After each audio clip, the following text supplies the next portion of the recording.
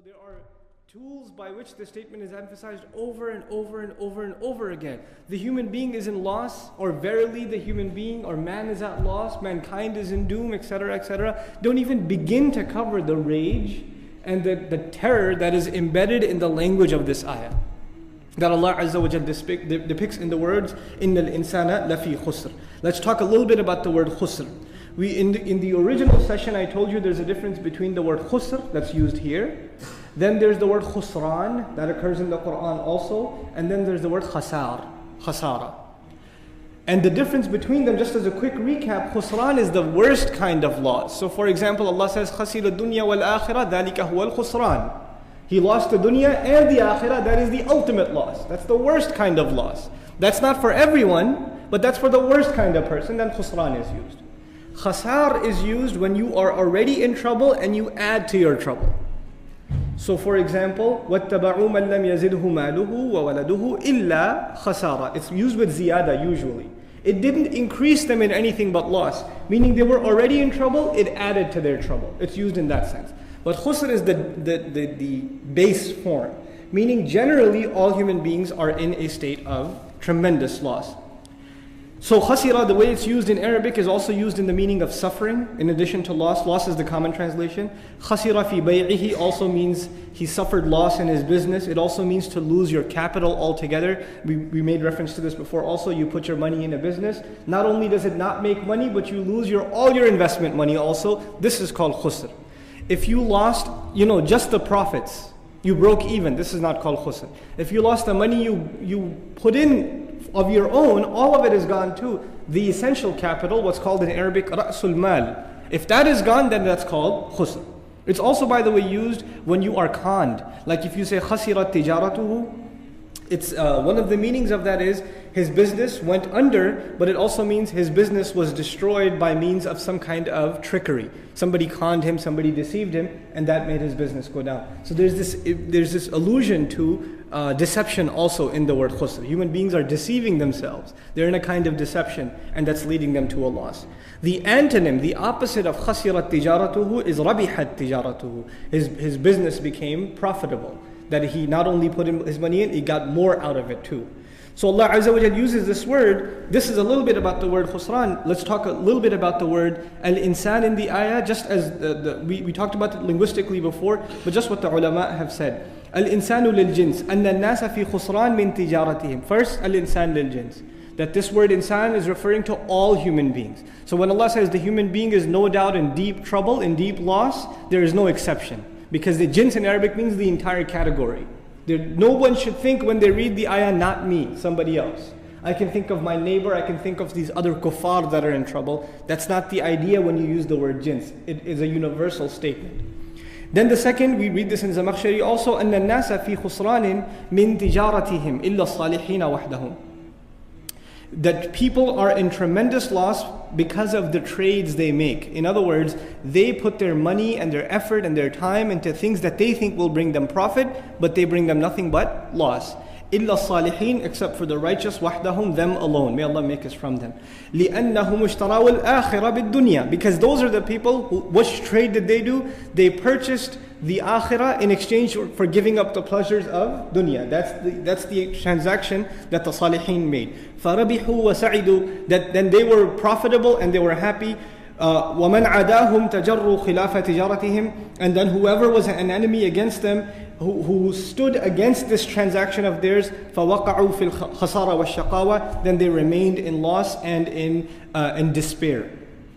Then we read something from Ash-Shawkani, وَالْمَعْنَى أَنَّ كُلَّ إِنسَانٍ فِي الْمَتَاجِرِ وَالْمَسَاعِ. Beautiful words. He says that this means that every human being is in an act of selling and trading and making efforts constantly. Meaning they're competing in making more sales than the other, and they're competing in getting ahead from the other. This is what they're lost in. And if you remember, this is very similar to what we talked about in At-Takathur. His tafsir of this word is very similar to what we already read in At-Takathur. وَصَرَفَ الْأَعْمَارِ فِي أَعْمَالِ الدُّنْيَا. And he exhausts his ages By a'mar, he's referring to his age, meaning youth is one age, maturity is one age, middle age is one age, then old age and senility. He exhausts all of his life's opportunities in the works of dunya, lafi nuqs, and all of them that have been exhausted. وَصَرْفُ أَعْمَارٍ فِي أَعْمَالِ الدُّنْيَا لَفِي nuqs. They are all in loss. وَضَلَالٍ, and in waste. عَنِ الْحَقِّ حَتَّى يَمُوتْ, and he's misled from the truth until he dies, and then he wakes up. وَقِيلَ الْمُرَادْ بِالْإِنسَانِ الْكَافِرِ. We talked about this before, but it's coming up directly from the Mufassirun now. It has also been said that the insan in this surah refers to the kafir. That the meaning of al-insan, إِنَّ الْإِنسَانَ لَفِي خُسْرٍ, some have understood this as إِنَّ الْكَافِرَ لَفِي خُسْرٍ. وَقِيلَ جَمَاعَةٌ مِنَ الْكُفَّارِ. It's also been said it's a group from the kuffar. وَهُمُ الْوَلِيدْ بن المغيرة والعاص بن وائل والأسود بن عبد المطلب بن أسد. Others say that no, this is a group from the kuffar, specifically in the life of the Prophet, like Walid ibn Mughira, Aas bin Wa'il, Aswad bin Abdul Muttalib. These are the kinds of individuals, la'anahumullah, that are being referred to in this surah. But even Ash-Shawkani rahimahullah says, but the first meaning is preferred among these who say they are kuffar. The ones who generally refer to the kuffar is the preferred meaning. But then even that has a criticism which we'll get to. وَقَالَ الْأَخْفَشْ فِي خُسْرٍ فِي هَلَكَ. Al-Akhfash rahimahullah says, when Allah says fi khusr, he is in loss, what he means by that is he is in destruction. Halaka. Halak actually literally means violent death. There's maut, that's death. But halak is violent death, like a death in a car accident or a vicious kind of death. So he's setting himself up for this vicious end.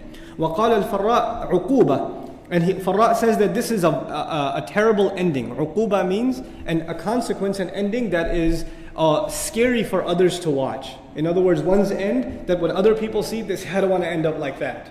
And you use his uquba as an example among yourselves. You say, you remember what happened to him? You don't want to go down that road, that kind of thing. So this is uquba. Then Ibn Zayd rahimahullah, he says, lafi shar. Lafi khusr here implies lafi shar, that he is immersed in evil. Because the ultimate loss of the human being is his engrossment in evil deeds. We read something from Ash-Shaqiqi rahimahullah. لَفْظَ الْإِنسَانِ وَإِنْ كَانَ مُنْفَرِدًا فَإِنَّ أَلْفِهِ جُعِلَتُ لِلْجِنْسِ. The word al-insan, even though it's singular, it has been used for all humanity, generally speaking. Then we come to a very, very important comment that is made by Ibn Taymiyyah rahimahullah, and it's so powerful that it's even quoted by Mufti Muhammad Shafi' in his Urdu tafsir, Ma'arif al-Quran. The translation of which is also available in English. It's not the best English, so if you can read Urdu, read the Urdu tafsir, Ma'arif al-Quran. But those of you who don't have access to that language, at least something of the English is available. What is this comment that is so beautiful that I'm referring to by Ibn Taymiyyah rahimahullah? He says that humanity is kept from accepting reality, accepting the truth of this deen by two obstacles. There are two obstacles that keep human beings from saving themselves. Now, what is the path to save yourself? There are two things. Those are, in the Quran we find الَّذِينَ آمَنُوا wa. What's after what? عَمِلُوا الصَّالِحَاتِ. This is what we find all over the Quran, right? They believe and they act. They believe and they act. Even though we haven't talked in detail what iman is Allah referring to, what righteous deed is Allah referring to. We're just using them as terms, as tags and phrases right now. But generally, this is the path to salvation. This is the path to save yourself and be successful in the akhirah. The first step, iman. The second step, action. Ibn Taymiyyah rahimahullah argues there are two obstacles before the people that keep them from iman and action. What are those two obstacles? He calls them shubuhat and shahawat. Shubuhat and shahawat. What does that mean? Shubuhat means doubts. Shahawat means temptations, desires. So he says the two things that keep people from accepting the truth are doubts and temptations. What does he mean by that? You see, when you ask someone to accept this deen, you're asking them to give up a lot of things. You're asking them really to give up a lot of things. I had a friend in college, big guy, really loved football, and he used to talk about Islam all the time. And I'd say, man, why don't you just accept Islam? I can't give up that pork, man. I just can't give it up. That's some good stuff. What's his obstacle? He's not in doubt. His obstacle is not doubt. He's convinced this is good. His obstacle is his temptation.